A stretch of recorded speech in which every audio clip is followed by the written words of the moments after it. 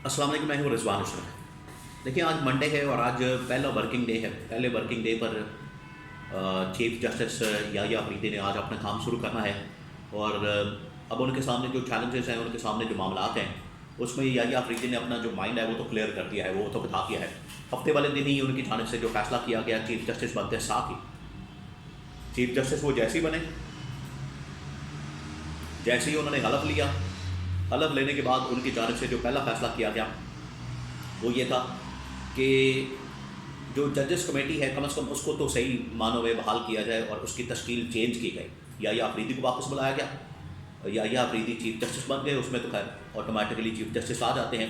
मंसूर अली साहब वापस आ गए क्योंकि जस्टिस मुनीब अख्तर को वापस बुला लिया गया। तो ये वो फैसला किया गया।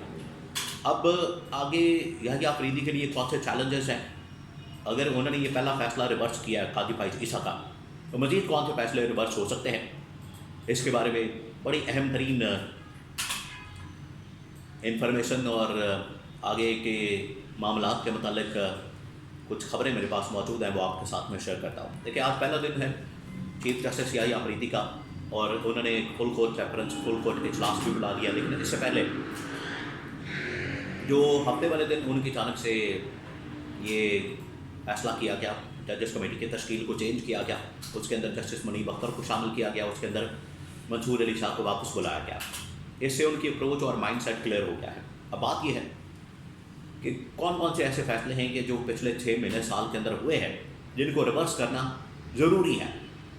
रिवर्स करना बड़ा ज़रूरी है। हालांकि कादी फाइज ईसा ने जाते जाते ये जो बारूदी सुरंगें बिछाई हैं, आइन के ऊपर हमला और अदलिया के ऊपर हमला जो हुआ है, उसके बाद जो एक रास्ता खुला है, इस्टेब्लिशमेंट और हुकूमत जो है वो बराह रास्त मुदाखलत कर सकती है, बराह रास्त इंटरफेरेंस कर सकती है।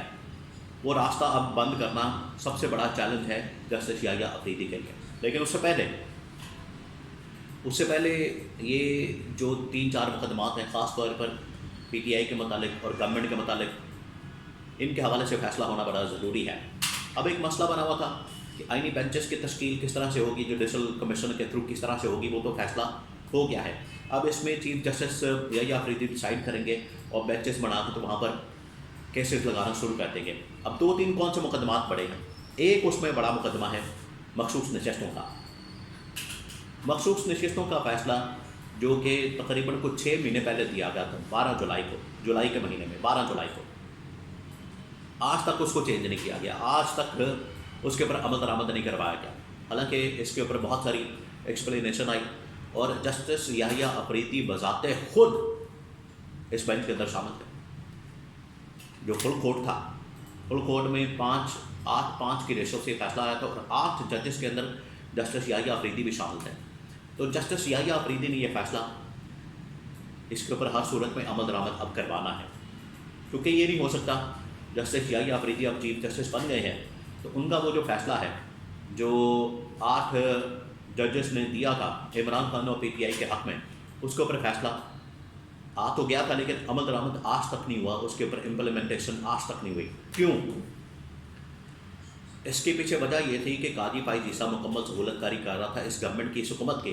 कादी फाइज ईसा को पता था कि अगर इस फैसले के ऊपर अमल दरामद हो गया तो ना आइनी तरमीम होनी है और ना ही एक्सटेंशन का रास्ता खुलना है और ना जस्टिस मंसूर अली शाह का रास्ता रुकना है।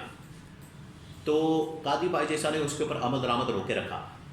इससे आप अदलिया को जिस तरीके से नुकसान पहुंचाया गया, इससे आप कादी फाइज ईसा के किरदार को बखूबी जान सकते हैं, उसका अंदाज़ा लगा सकते हैं कि वो किस किस्म की पीछे बैठकर 2 नंबरियाँ कर रहे थे, केसेस को मैनेज कर रहे थे, हुकूमत की सहूलतकारी कर रहे थे और ये सब कुछ कर रहे थे। 2 मकसद थे उसके पीछे कि अपनी एक्सटेंशन या तो करवा लें या फिर जस्टिस मंसूर अली शाह का रास्ता रुकवा दें।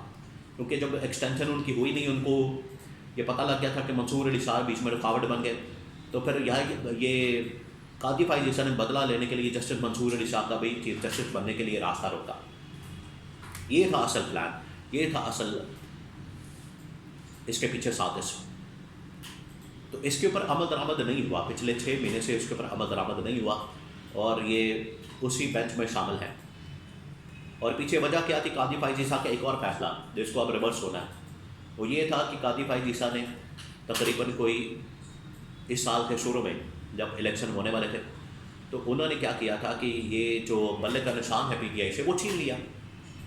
अब बल्ले का निशान छीनना, महरूम करना और लेवल प्लेइंग फील्ड ना देना, एक पार्टी को आपने बिल्कुल निकाल दिया, सिस्टम से निकाल दिया, पार्लियामानी सियासत से निकाल दिया, इलेक्शन से निकाल दिया। उससे ये हुआ कि पूरा का पूरा जो जमहूरी सेटअप है वो हिल गया। एक पार्टी निकल गई, जमात निकल गई और सारी सहूलतकारी कादी पाई जैसा किसके लिए कर रहा था, नून लीग के लिए और पीपल्स पार्टी के लिए। तो ये अब फैसले जो है इसको कबूल नहीं किया जाएगा जस्टिस याहिया अफरीदी की जानिब से, और जस्टिस याहिया अफरीदी इनके ऊपर अब फैसला करने जा रहे हैं। पहला जो फैसला हो गया है, जजेस कमेटी की तश्कील जिस तरीके से चेंज की गई है उसको जैसे रिवर्स किया गया है, बिल्कुल उसी तरीके से अब बाकी फैसले भी रिवर्स होंगे, और ना सिर्फ रिवर्स होगी बल्कि उनके ऊपर अब अमल दरामद भी होगा।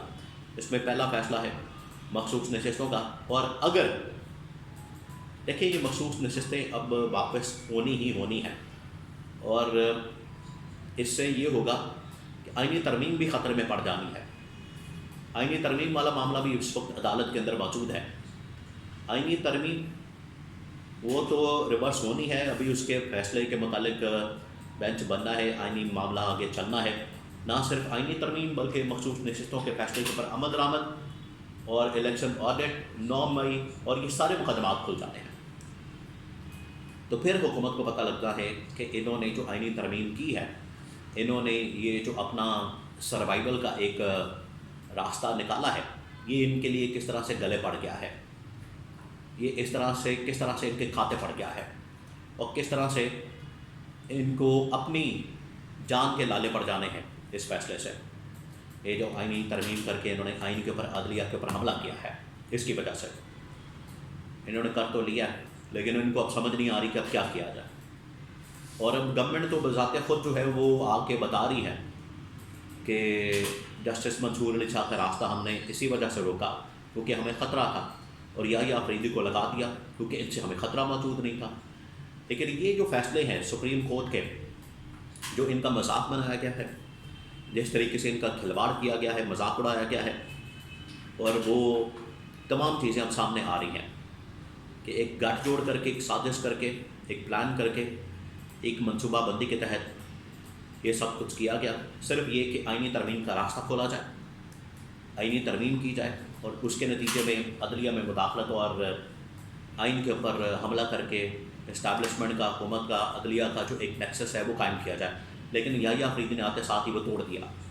जैसे उन्होंने वो पहला फैसला करके जजेस कमेटी की तश्कील चेंज करके वो फैसला रद्दी की टोकरी में फेंक दिया है, बिल्कुल उसी तरीके से ये फैसला भी, इसके ऊपर अमल दरामद भी होगा मखसूस नशिस्तों के ऊपर, और इमरान खान और PTI को मखसूस नशिस्तें हर हाल में वापस मिलेंगी।